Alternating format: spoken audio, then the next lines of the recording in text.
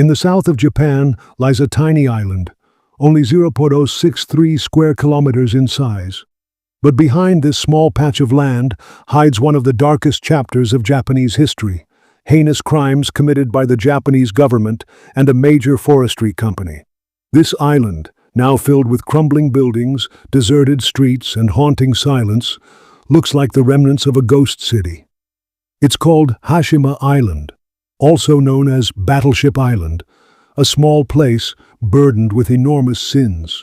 The story begins in 1810, when coal was discovered beneath the waters around Hashima.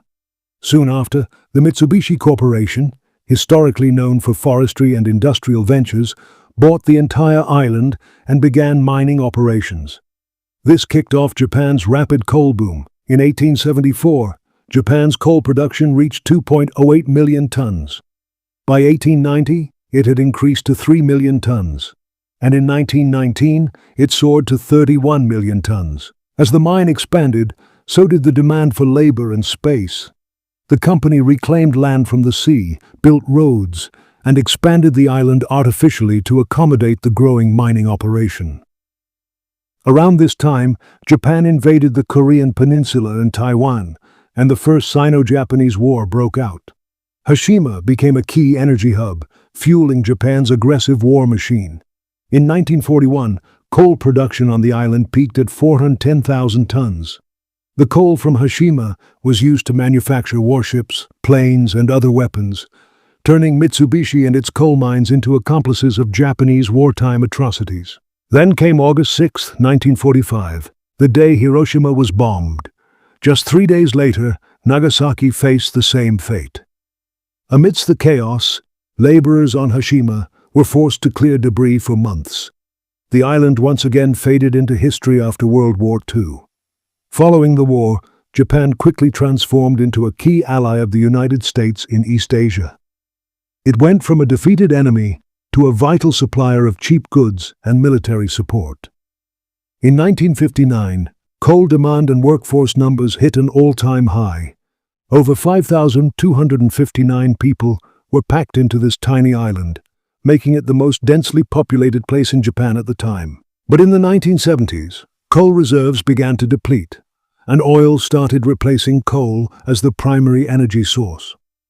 In January 1974, Mitsubishi officially closed the mine and gave all residents 3 months to evacuate. Since then, Hashima has remained abandoned for decades. Its once bustling buildings decayed and collapsed. The vibrant life it once hosted has been replaced by silence. It is now a ghost town. In 2019, the Japanese government reopened the island to tourists to boost the economy. In an effort to further promote tourism, Japan applied to have Hashima listed as a UNESCO World Heritage Site. But just when everything seemed to be moving smoothly, China, South Korea, and North Korea raised fierce objections. Why? Because buried beneath the ruins of this island is a truth that Japan has tried to deny for generations. This island was not just a coal mine, it was a prison. From as early as 1913, Japan had been constantly engaged in wars, leading to a shortage of able-bodied Japanese men. To fill the labor gap, companies like Mitsubishi forcibly brought in men and miners from China and Korea to work in harsh, inhumane conditions. The laborers were stuffed into cramped, dark sheds. Inside the mines, the temperature reached nearly 40 degrees, 104 degrees, with extremely high humidity.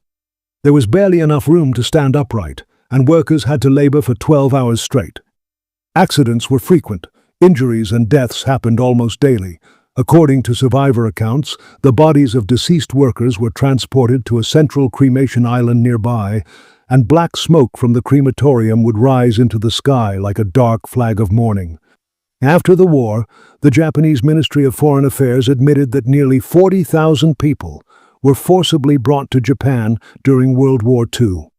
Out of them, over 3,700 were made to work at Mitsubishi's factories and coal mines.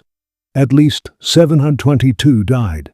But still, the Japanese government continues to deny and cover up this dark chapter of history.